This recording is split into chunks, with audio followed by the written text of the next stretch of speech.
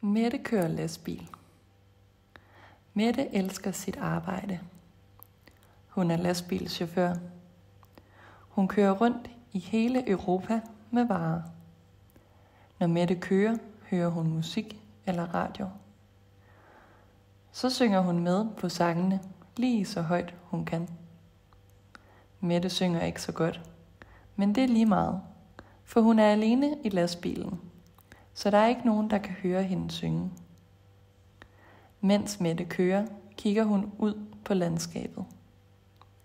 Hun elsker sit arbejde, fordi hun ser noget nyt hver dag, og hun møder en masse nye mennesker. Hvis hun er væk for længe, kan hun godt komme til at savne sin familie derhjemme.